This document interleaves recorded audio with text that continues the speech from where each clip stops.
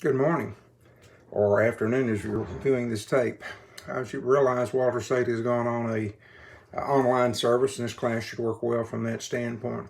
A couple of notes as we are looking at some of the things that are going on in your life right now.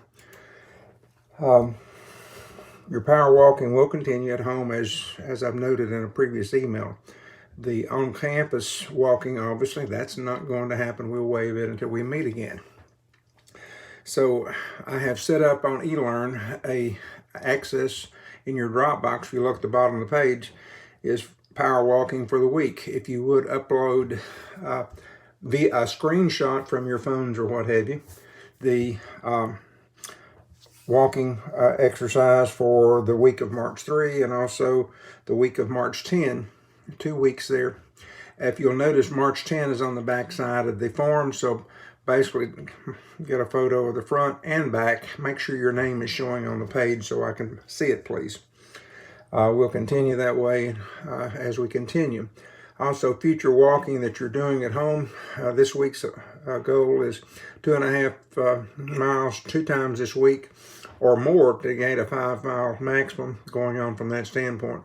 Remember, press it, get elbows up, lots of movement, and trying to get a sub 15-minute mile in, preferably much better than that.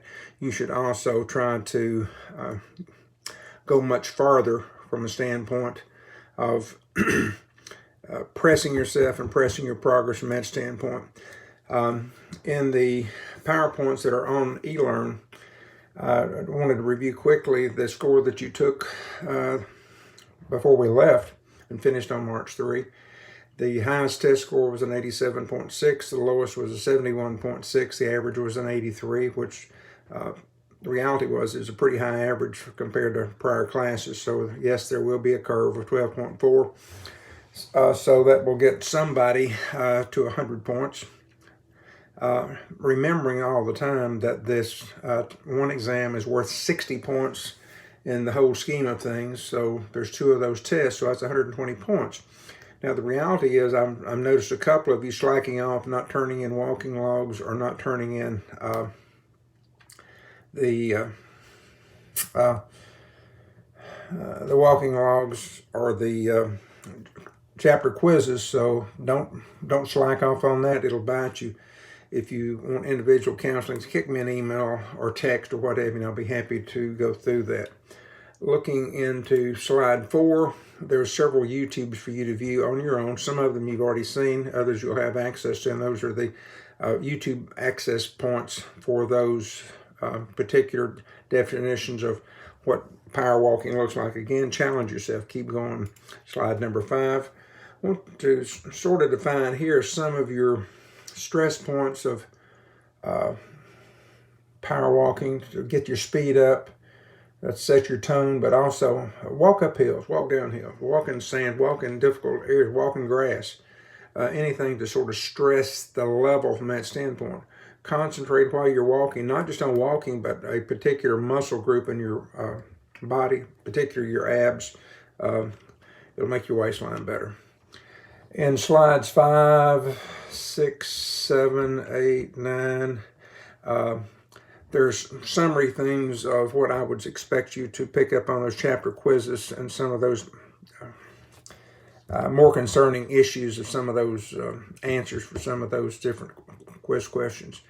Picking up in slide 10, again, just reiterating, walking at home, 14 minutes or less, preferably 15 or less, at least 2 times this coming week, 2.5 miles each time.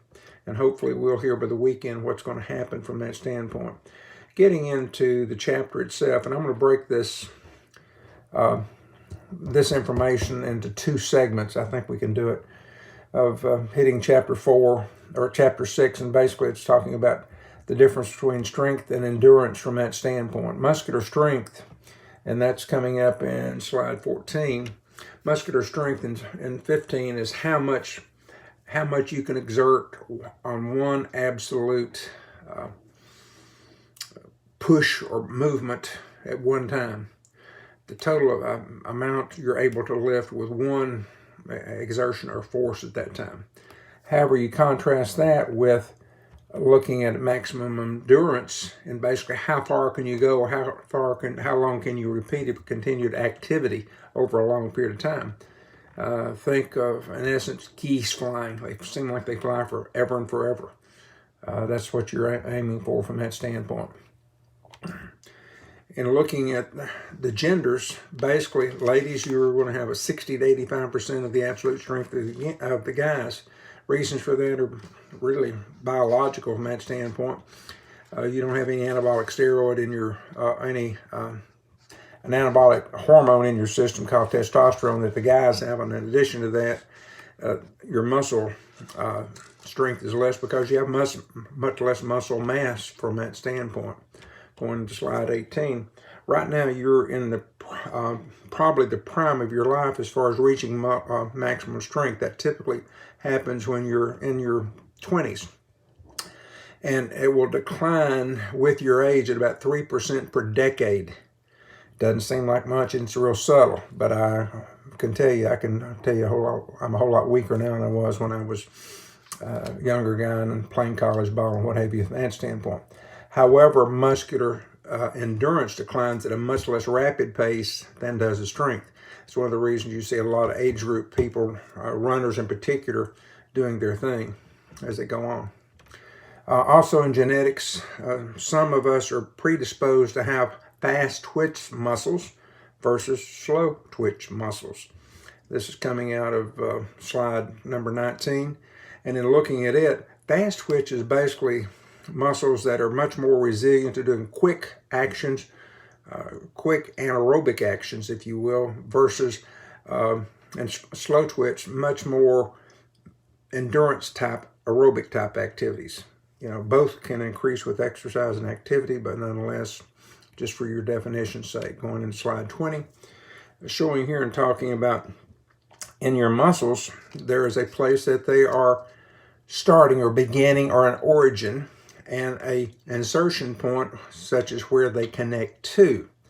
An example in this picture here is the fact in slide 20 that the bicep is connected up in the conoid process in the shoulder and is inserted down on the radius in the lower arm.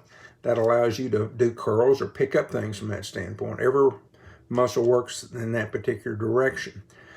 And looking at another example of that in your legs, you have the quadricep in the front of the leg that allows you to extend your leg, for instance, a kicker in football, or you just walking normally, or bending your leg back in a hamstring action below. So they're opposing their agonist versus antagonist muscles. More on that in a second. Look at another way. Your muscle structures are built like fulcrums like levers. And if you'll notice, most of the time if you're trying to lift a force, the fulcrum would be better to be between you and what you're lifting. However, as far as a body, it works just the opposite. You've got a load out in your hand, for instance. You're lifting the muscle. The muscle is contracting and lifting, and the fulcrum is back at the elbow. It's a third-class system, but we would look mighty funny if it were designed any other way. Down in slide 24, basically we have a situation where a definition, an agonist muscle is a contracting muscle. An antagonist is a non-contracting or relaxing muscle. So if you're lifting something, the question is, on doing a bicep curl, which is the agonist and which is the antagonist? Look at that one more time in slide 28. You'll have the answer. I'm going to duck out now and see if we can get this recorded, and then I'll continue again at slide 29. Thank you.